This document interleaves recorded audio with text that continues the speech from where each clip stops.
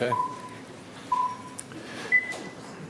Great choice on the pizza. This is a talk about obesity. You notice I didn't have any pizza.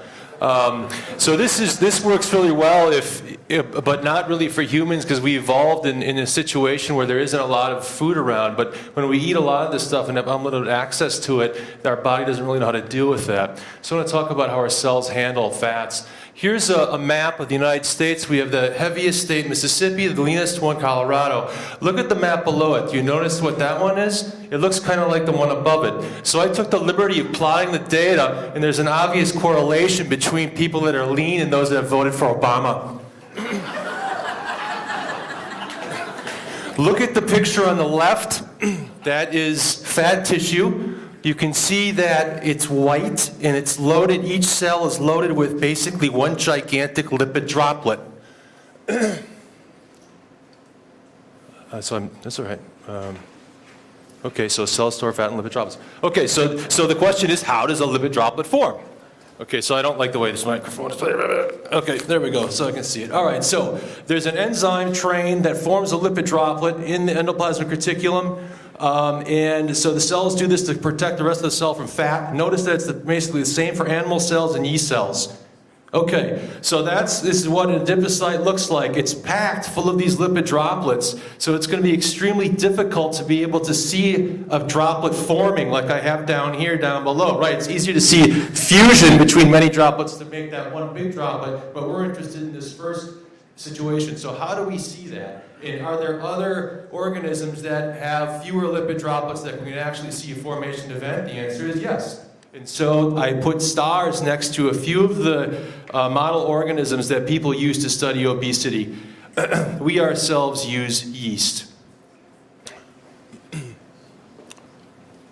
So here is an example of lipid droplets in yeast cells. So the droplets are the green-colored circular objects in those cells. And here's our paper in this journal, and I show this because the first 4 authors on this paper were undergrads at UT. So that was a great accomplishment for them. Okay, so you notice here that the number of lipid droplets in one of these cells has to go up by a factor of 2. Right? This has to be the same as that. So we know that they're going to form at some point, so we're going to sit back and watch the cells. And the endoplasmic reticulum is in red, so we can possibly see it coming off of the ER. And here we go. You won't be able to see this because the sun's too bright.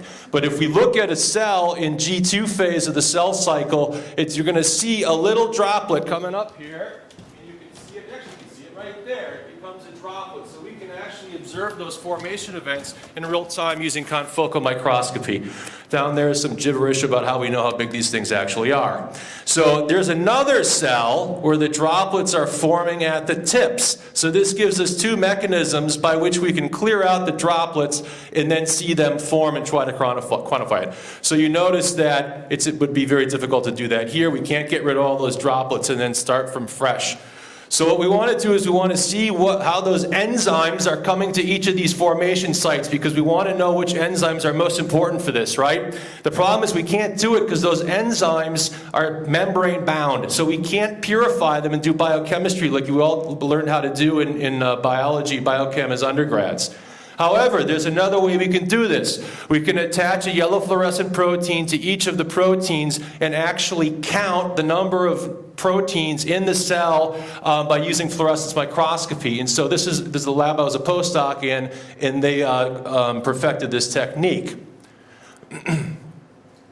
So what they did was they put YFPs on about 7 proteins, and they measured the concentration of the protein, the vertical axis, and the time of their recruitment to a certain position in the cell during cell division. So you know which ones are there in which quantities at which time. That might seem a little geeky, but it's really useful, because then we can start to design drugs to see which ones we can block. Okay, so what we're going to do is put YFPs on our enzymes that we're interested in here for our lipid droplet forming in the fission yeast. And we're doing this currently. A graduate student is doing this in my lab. Okay, and are there other ways that lipid droplets can form? If we look at the top, that's what I showed you before. Okay, so a droplet comes off the ER and becomes a distinct entity. Down here, there's a big droplet, and then there are 2 droplets, and it says fission? Question mark. Can these form by fission? And the answer, of course, is yes. And this is our claim to fame.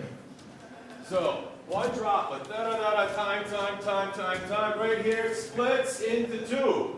Okay, so lipid droplets can form two, smaller droplets by themselves. And then John Dunlop took that great EM image of a droplet that's about to split, or maybe it's going to fuse, we can't tell.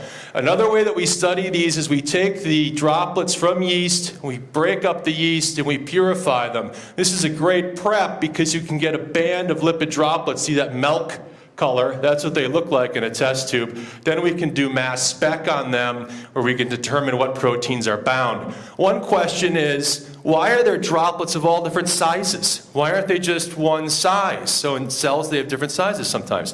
So what Alex is doing is purifying the droplets and splitting them up into different sizes, sorting them using electrophoresis with some collaborators at Rochester University. Then he's going to do mass spec on each sample.